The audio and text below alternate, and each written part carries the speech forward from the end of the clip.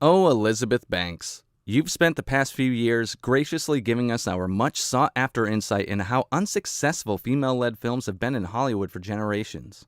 When you think about what has been put out in media throughout history, it's mostly from a cisgendered white male perspective. My real plea is for men to have enough empathy to go see movies starring women. Because I've been asked to go see movies starring men my entire life, and happily have done so. And I don't know why men don't return the fucking favor.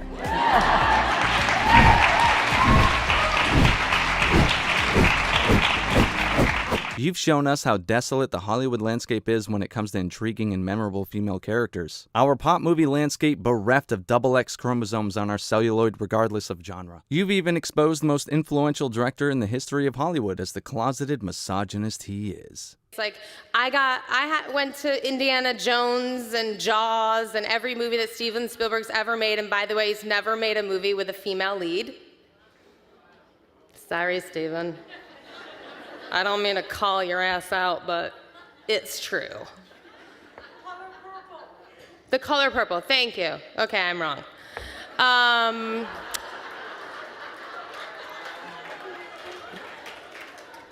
He directed? Oh, so I'm right still, okay. What I've appreciated most about you over the years, though, is the unwavering consistency in your message. I have been fueled in this industry a lot by anger and jealousy. I can admit that. All jokes aside regarding Miss Banks, her latest film, this time with her in the director's seat, is Cocaine Bear, a horror comedy that's also a near masterpiece of absurdity and audience-pleasing ridiculousness. The film lacks the typical bullshit most people wish to avoid. You know what I mean, vomit-inducing pandering, on-the-nose messaging, and the usual sacrifice of a good time for the sake of whatever the fuck this is. She's got health.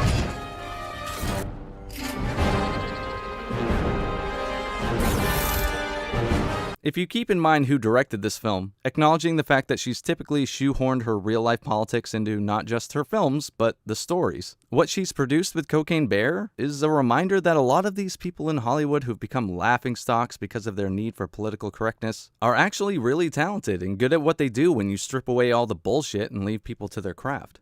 Cocaine Bear is based on true events, minus all the bloodshed, about a bear in Kentucky in 1985 who came across a massive amount of cocaine in a duffel bag and proceeded to cartel the shit out of that thing.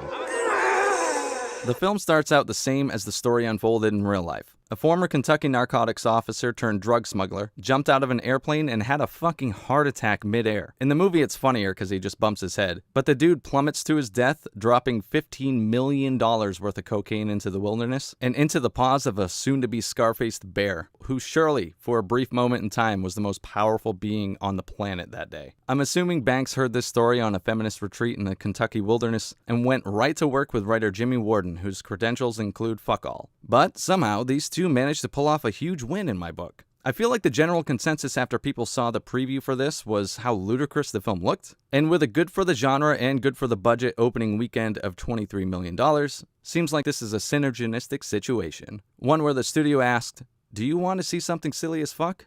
And the audience whispered, "Fuck yes." And the overall reception has been generally favorable, although not overwhelmingly positive, but you're definitely getting positive from me. Let's start first with Banks' directing style. I find it rare that a comedic talent dives into a directorial project and has an identifiable style, and Banks isn't quite there, but she's on the cusp. I sensed a lot of Coen brothers' influence with the pacing of certain scenes in the movie's overall tone, and other times I could have mistaken certain bits for a Wes Anderson film. Banks uses some wide shots that are reminiscent of Wes, and the steadiness of her camera in others gives off that Coen vibe. And the comedic style of the film feels like a mix of Anderson and the Coens too. She even had some interesting and unique shots that weren't just there for vanity or were frivolous in any way. They added to the story, the pacing, or helped provide quirks to her character. If this sounds like high praise for a horror comedy, it's because it is. I don't typically see things like that in this subgenre unless it's a rare masterpiece like American Psycho or The Menu, which is another excellent film I still need to review because it deserves one. The comedy aspect of the movie seems to be divisive with folks, but it worked really well for me. It's a much more subtle, deadpan style of comedy at times, mixed with the obvious absurdity humor that comes with the territory when it's a movie about a coked-up bear. But some of the funniest parts for me were the smaller, less emphasized character moments. Don't get me wrong, the hilarity of the berserk bear is fantastic, but there was a lot of work put into the humor here. If you're a fan of the Coens, Wes Anderson, or even the show Letterkenny, I think this might be up your alley. And Cocaine Bear was a good reminder why I love going to the theater. I saw it with a full audience who were laughing and having a great time. The film's humor was universal. Absolutely no pandering or forced box checking was part of the process for this film. Elizabeth Banks making a movie without any box checking seems about as likely to happen as Warren finding his baseball. Have you seen my baseball? You see that girl over there? That girl. She has it. Except that she doesn't call it a baseball. Have you seen my wiener? But she pulled it off, just like old Warren. And I think I saw it right behind your ear.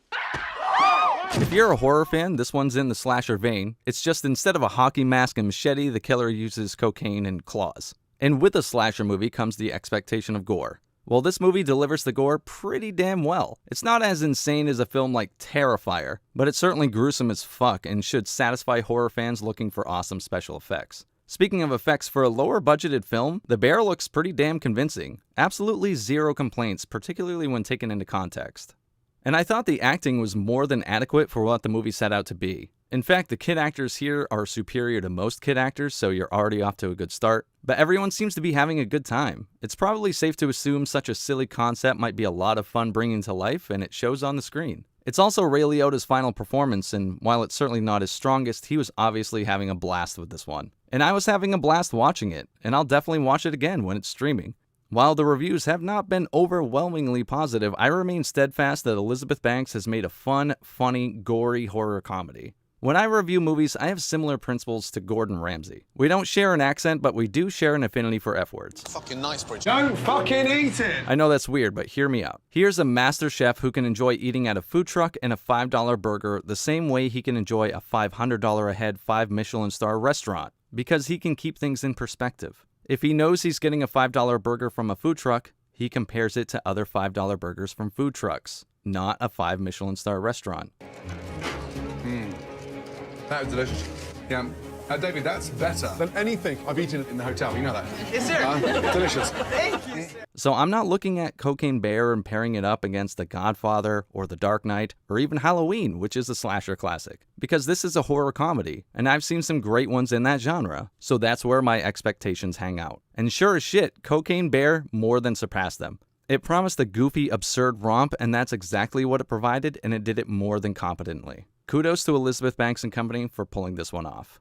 But then she just can't help herself, can she? I've been told in Hollywood, you know, I'm a female director. I wanted to make this has got a lot of action and CGI, and it's a very muscular, masculine kind of a project. And I've been told by people, you know, like, I don't know if you can direct those things because I don't know if male actors will follow you. And I say to that, like, when Henry Hill follows you, you can make anything you want. So that was the gift that Ray gave to me. He gave me the confidence to know that I can direct anybody doing anything. You know what? The movie's good. Go see it before she changes my mind on a recommendation. GG's. I have been fueled in this industry a lot by anger and jealousy. I can admit that.